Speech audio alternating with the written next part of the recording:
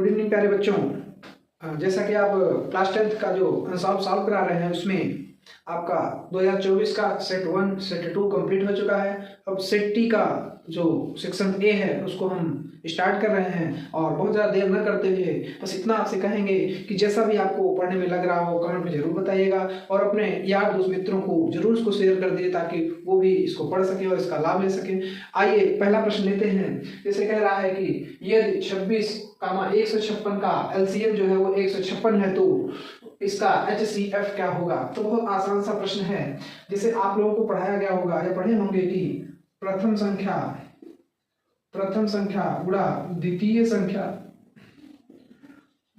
Equal to LCM into HCF होता है। अब देखिए पहली संख्या क्या है 26 है और गुणे द्वितीय संख्या क्या है 156 है बराबर LCM क्या है 156 गुणा HCF हमसे पूछ रहा है। तो अब 156 से 156 आप ऐसे काट सकते हैं। ऐसे न समझ में आ रहा तो इसको गुणे में आ जाएगा, बटे में होगा तो बटे में कट जाएगा। अब आपका बचा क्या 26 इक्वल टू HCF और यही इसका आंसर हो जाएगा। विकल्प नंबर बी 26 दिया गया है, यही सही उत्तर होगा। ठीक, अगला प्रश्न लेते हैं। देखिए बच्चों प्रश्न संख्या 2 क्या कह रहा है कि निम्नलिखित में से कौन सा सह अभाज्य संख्याओं का एक युग्म है। जैसे ये चार विकल्प दिए गए हैं 14, 35, 18, 25, 31, 93 और 32, 62। तो यहाँ एक शब्द आया है सह अभाज्य। तो सह अभाज्य क्या होता है? तो सह अभाज्य वे संख्याएं होती हैं जिन दो संख्याओं का HCF केवल एक निकल कर आए वही सह अभाज्य संख्याएं होती हैं। क्या? जिन दो संख्याओं का HCF अर्थात मासा जो है वो केवल एक आएगा वह क्या होगी? सह अभाज्य संख्या होगी। जैसे इसमें देखिए 14 और 35 का मासा जो है इसका HCF क्या हो जाएगा? इसका HCF 7, 7 दूना 14, 7 पचे 35, इसका HCF 7। और इसमें देखिए 31, 3, 93 इसका HCF क्या हो जाएगा? इसका HCF 31 हो जाएगा। आगे इसका HCF क्या होगा? तो आपका 2 से कट जाएगा, 2 16 में 32 और 2 31 में 62, मतलब इसका HCF क्या हो जाएगा? तो 2 हो जाएगा। लेकिन यहाँ पर इसका HCF क्या होगा? तो इसका HCF इसमें ऐसी कोई संख्या नहीं जो दोनों कट रहा हो, दोनों को काट रहा हो, मतलब इसका HCF 1 हो जाएगा। कहने का मतलब यह कि सह अभाज्य संख्या वही होती है जिसका HCF 1 होता है। तो यहाँ पर यही विकल्प सही होगा कि 18 और 25 क्या है? वे सह अभाज्य संख्या जो है वो क्या है? 18, 25। यही एक युग्म है जो सह अभाज्य है। ठीक, अगला प्रश्न लेते हैं।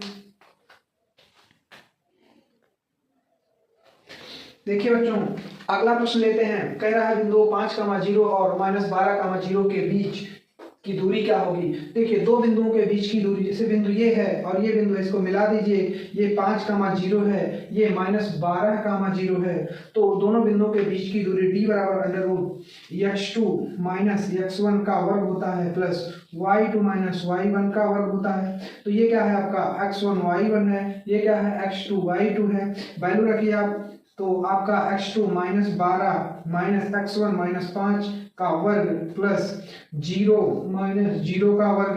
और आगे हम करेंगे तो आपका 12, 5, 17 - 17 का वर्ग और प्लस 0। d इक्वल टू -17 मतलब 289 और इसका वर्गमूल निकालेंगे तो d इक्वल टू 17 मात्रक, यही इसका आंसर हो जाएगा। ठीक बेटा, लगा लीजिए, जैसा भी लगे कमेंट में जरूर बताइएगा।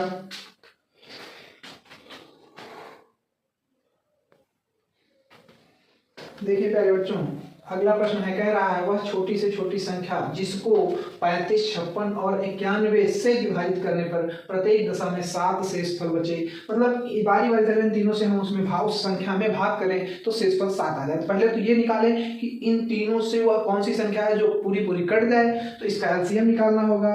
35, 56, 91 का एलसीएम निकाल कर और प्लस 7 कर देंगे तो वह संख्या हमें प्राप्त हो जाएगी। चलिए तो 35, 56, 91 का एलसीएम निकालिए। तो 7 बचे 35, 7 8 56 और 7 13 में 91। आगे काटिए। तो अब ये कटने वाला नहीं है, मतलब हम एलसीएम डायरेक्ट ऐसे कर सकते हैं क्या? 7 × 5 × 8 और × 13 एलसीएम बराबर, तो 7 बचे 35।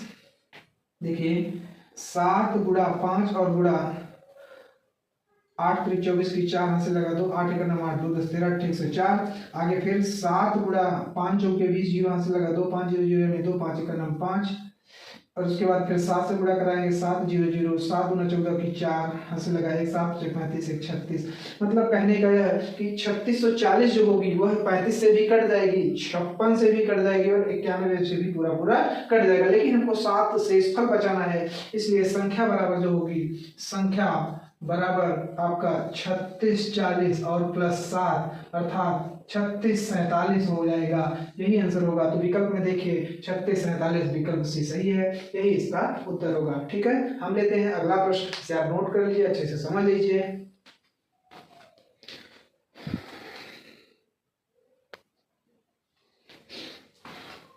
देखिए बच्चों, अगला प्रश्न है, कह रहा है कि 8 के प्रथम 15 गुणजों का योगफल क्या होगा।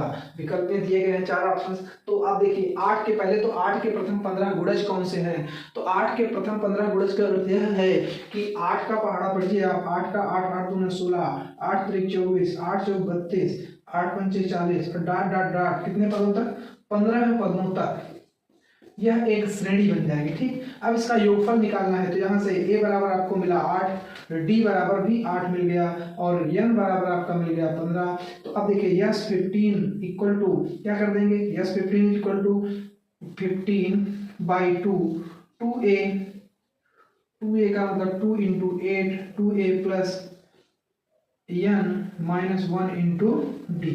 हल करिए, 15/2, 8 दूना 16 प्लस 15 में से गए 14 और 14 अट्ठे 8 14 8 चौक 32 की 2 हंसे लगा 3, 8 1 8 3 11, 14 अट्ठे 112। आगे हल करिए तो 15/2 गुणा 6 और 2 8, 1 1 2 1। अब इसको काटिए, 2 6 12, 2 चौका 8 कट जाएगा।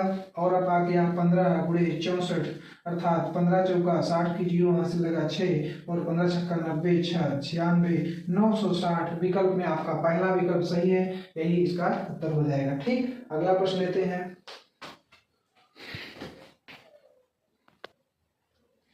देखिए अगला प्रश्न है, कह रहा है कि यदि द्विघात समीकरण x square plus 2x minus p equal to 0 का एक मूल जो है वो -2 है तो p का मान बताइए। देखिए अगर x square plus 2x minus p equal to 0 का एक मूल -2 है, इसलिए x स्क्वायर, अब इसमें क्या कर देंगे, -2 रखेंगे, -2 का वर्ग plus 2 into -2 minus p equal to 0 हो जाएगा।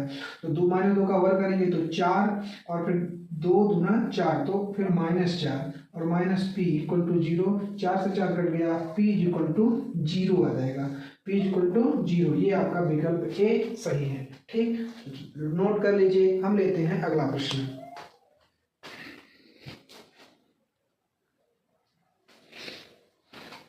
देखिए प्यारे बच्चों, कह रहा है x अक्ष पर स्थित एवं बिंदु 5, -2 तथा -3, 2 से समदूरस्थ बिंदु के निर्देशांक होंगे। मतलब इन दोनों से, मान लीजिए एक बिंदु यहाँ पर कहीं है और एक बिंदु यहाँ कहीं पर है, तो इन दोनों से समान दूरी पर कोई बिंदु हम लेते हैं यहाँ पर।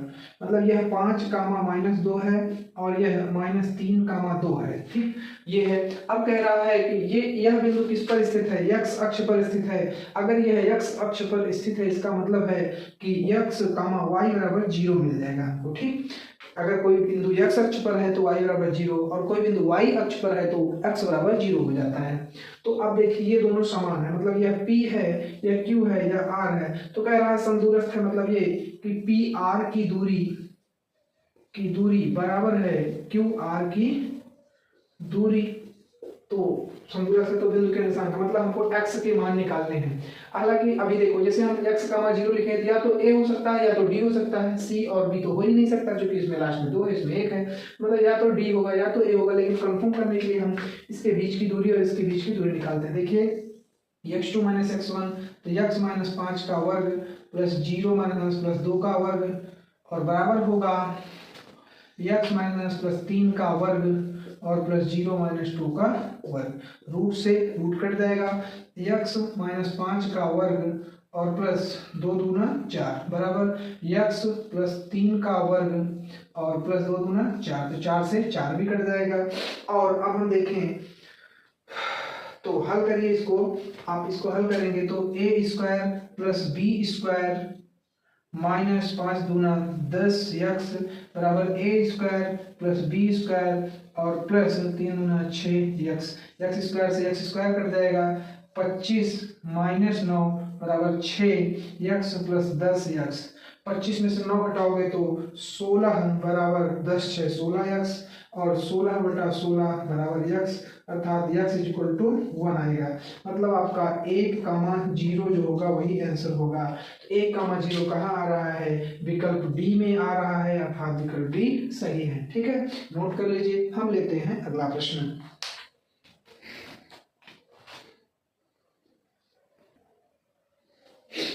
देखिए बच्चों, कह रहा है समीकरण 2x square minus 5x plus 4 equal to 0 के मूलों की प्रकृति होगी। तो मूलों की प्रकृति का मतलब ये कि हम इसका विविधकर निकालेंगे और उसके अकॉर्डिंग हम इसकी प्रकृति को लिखेंगे। जैसे विविधकर d इक्वल टू होता है b स्क्वायर माइनस 4ac, तो d equal to b square मतलब माइनस 5 का वर्ग माइनस 4 गुणा a का मान 2 और गुणे c का मान 4। हल करिए, d इक्वल टू 25 माइनस 4 4 गुणा 8 8 चौका 32 और d इक्वल टू 25 5 30 2 32 माइनस 7। अब अगर d का मान देखिए, होता ये है कि अगर d का मान एक बराबर 0 आ जाए या फिर d इज ग्रेटर देन 0 या फिर d इज लेस देन 0, तीन कंडीशन होती हैं। जब d का मान 0 के बराबर आए तो मूल क्या होंगे? मूल क्या होंगे? वास्तविक तथा समान होंगे। वास्तविक तथा समान होंगे। जब d का मान 0 से बड़ा आएगा तब मूल जो है मूल वास्तविक तथा भिन्न होंगे। और जब d का मान 0 से छोटा हो तब मूल जो है वो वास्तविक नहीं होंगे, अर्थात काल्पनिक होंगे।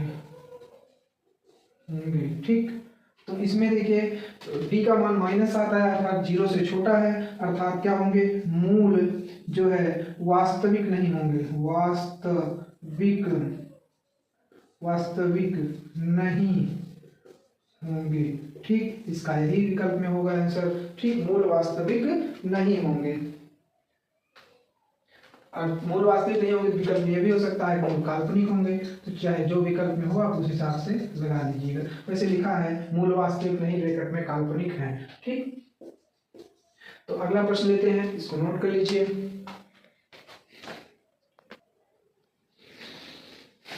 देखिए बच्चों, अगला प्रश्न है, कह रहा है दो त्रिभुज एक दूसरे के समरूप होंगे कब? यदि इनके संगत कोण बराबर हो तब, या फिर इनकी संगत भुजाएं समानुपाती हो तब, या फिर ए और बी दोनों, या फिर इनमें से कोई नहीं। देखो, दो त्रिभुज समरूप कब होते हैं ये आप जान लीजिए। दो त्रिभुज समरूप तब होते हैं जब उनके संगत कोण बराबर हों और संगत भुजाएं क्या हों? समानुपाती हों, तभी वे एक दूसरे के समरूप हो सकते हैं। यह समरूप दो त्रिभुजों के समरूपता का नियम जो कहता है कि दो त्रिभुज समरूप तब होंगे जब उनके संगत कोण बराबर हों तथा उनकी संगत भुजाएं समानुपाती हों। जैसे थोड़ा सा समझ लीजिए, एक त्रिभुज मान लीजिए ये है, एक त्रिभुज ये है, ये पी क्यू आर है, ये ए बी सी है। अब देखिए संगत मतलब ये पी क्यू के संगत क्या होगा? ए बी, और क्यू आर के संगत क्या होगा? बी सी, और पी आर के संगत क्या होगा? ए सी जो होगा। अब देखिए कोण, यहाँ पर कोण P बराबर कोण A होना चाहिए, कोण Q बराबर कोण B होना चाहिए, कोण R बराबर कोण C होना चाहिए, और बाकी ये अनुपात में होनी चाहिए, अर्थात समानुपाती होनी चाहिए। क्या? PQ समानुपाती AB के, QR समानुपाती BC के, और PR समानुपाती AC के, तभी यह एक दूसरे के समरूप कहे जाएंगे। त्रिभुज PQR समरूप होगा त्रिभुज ABC के तब जब ये भुजाएं कोण बराबर हों तथा भुजाएं PQ अनुपात में हो AB के और QR अनुपात में हो BC के और PR अनुपात में हो AC के। ठीक, तभी ये समान समरूप हो सकते हैं। अर्थात यदि इनके संगत कोण बराबर हो ये भी सही है, यदि इनकी संगत भुजाएं समानुपाती हैं ये भी सही है, मतलब विकल्प A और B दोनों सही है। तो आप लोग कौन सा टिक करेंगे? C वाला टिक करेंगे कि A और B दोनों सही है। ठीक है, A और B दोनों सही है। हम लेते हैं अगला प्रश्न।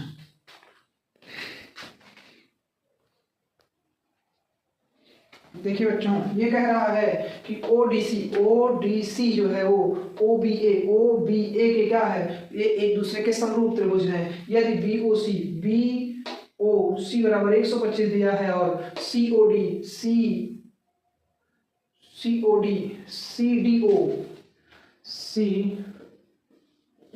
सीडीओ बराबर 70 डिग्री दिया है, तो ओ ए बी का मान ज्ञात कीजिए, यही ज्ञात करना है। ये देखो बहुत ही आसान सा प्रश्न है। अगर यह त्रिभुज इस त्रिभुज के समरूप है तो देखिए बहुत ही आसान सा प्रश्न ये है कि यहाँ पर 70 है तो यह भी क्या हो जाएगा, 70 डिग्री हो जाएगा। ठीक, और दूसरी बात, अगर ये आप इसको लीजिए डीओबी, देखिए एक रेखा है, एक सरल रेखा है, तो अगर हम डीओसी निकालें, कोण डीओसी बराबर 180 माइनस 125 कर देंगे। कोण डीओसी बराबर 10 में से 5 घटाओगे तो 5, 7 में से 2 घटाओगे तो 5, 55 डिग्री आ जाएगा। अब देखिए ये आपका 55 डिग्री हो गया, तो अब देखिए ये 55 है तो इधर ये भी क्या हो जाएगा, 55 डिग्री हो जाएगा। आगे ओ ए सी बी बराबर अब निकालेंगे, कोण ओ ए बी बराबर 180 माइनस 55 और प्लस 70 कर देंगे, तो 180 माइनस 5 और 7 5 12, 125। 125 में 180 घटाएंगे तो यह भी क्या आ जाएगा, 55 डिग्री आ जाएगा। कोण O A B equal to 55 degree. ठीक, नोट कर लीजिए और जैसा भी लगे कमेंट में जरूर बताइएगा। ठीक।